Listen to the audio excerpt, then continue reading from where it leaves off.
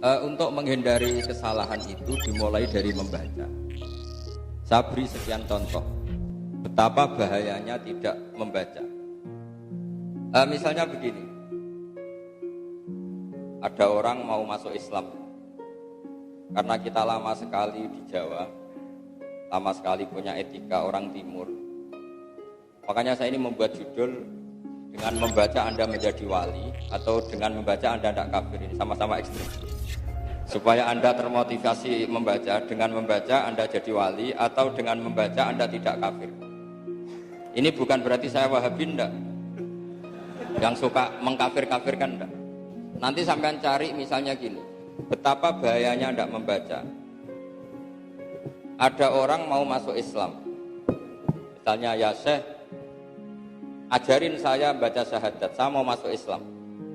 Kemudian Anda karena orang Timur bilang, monggo pinarak riyen, ngeteh-ngeteh riyen. Monggo pinarak riyen, ngopi-ngopi riyen. Itu di semua fatwa madzhab Syafi'iyah itu Anda yang menjadi kafir. Karena membiarkan orang ini punya waktu sekian menit tetap kafir, yang Anda kuasa menghilangkan kekafirannya saat itu juga. Artinya kalau dia pas ngopi kok dia mati, matinya kafir apa muslim? Kafir, belum baca syahadat. Itu salahnya siapa? Salahnya ustadznya tadi. Karena dia tidak baca kitab, sehingga tidak ada ketakutan bahwa ngajari menunda waktu itu berakibat kafir. Makanya saya beri judul dengan membaca Anda tidak kafir. Saya ulang lagi ya, itu jelas sekali. Takbir di Bajuri, nanti sampai cari di bab wal ikhtisalat al maskunah. Di antara mandi yang sunat adalah wal kafiru ida aslam. Dan mandinya orang kafir ketika masuk Islam itu hukumnya sunat. Itu kata kitab Fathul Qorib. Bersama Bajuri dijelaskan, mandinya orang kafir sunat adalah harus ba'dal Islam. Karena syaratnya niatul gusti adalah harus Islam. 2, tidak terbayang seorang mulaqinus syahadah, pentalkin tauhid, menyuruh dia mandi. Kalau dia menyuruh mandi, dia berarti menjadi kafir. Karena membiarkan kekafiran orang tadi yang bisa dihilangkan dia. Berarti kan misalnya dia minta diislamkan jam 8 tepat.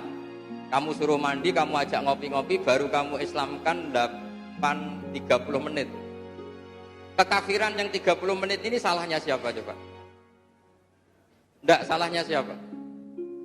Salahnya ustadznya.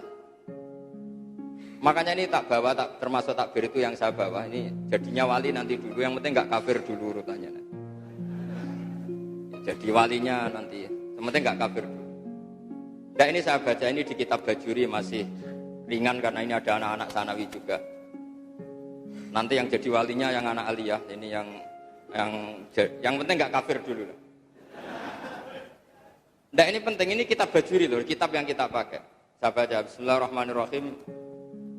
Saya baca ya, wal kafiru idza aslama lakin itlaqul kafiri alaihi khina idin majazun bi itibari makana wali annahu la sabila ila takhiril islami ba'dahu bal sarrahu bi takfiri mangqala li kafirin ja'al yuslima idhab fastasil summa aslim. Ini takbirnya jelas, bal sarrahu bi takfiri mangqala li kafirin ja'al yuslima. Ustadznya bilang idhab fastasil summa aslim liridohu bibaqohi alal kufri tilkallah dota. Makanya ini judul saya, dengan membaca Anda tidak kafir. Karena kalau di logika itu kan ibarat begini ya. Kalau kamu menalkin syahadat nunggu ideal itu ibarat gini, ada orang kecelakaan di tengah jalan, sudah kejet-kejet. Karena kamu pakai celana pendek, sik mbah tak kelambenan sik lagi tak tulung.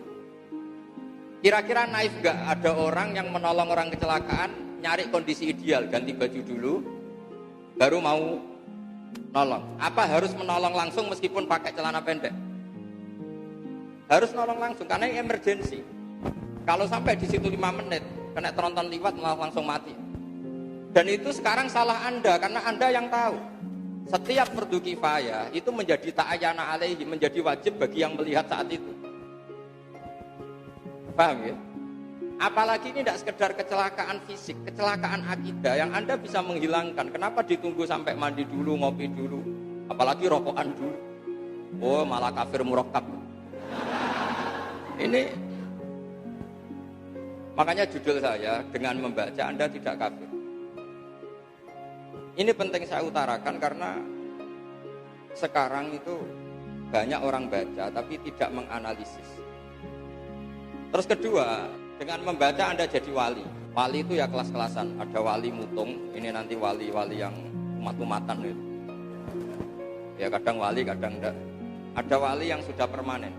Ini yang bil ilmi, karena bacanya banyak. Imam Ghazali pertama beliau jadi wali, itu berkesimpulan bahwa orang itu untuk jadi wali harus meninggalkan dosa. Caranya jangan kumpul orang.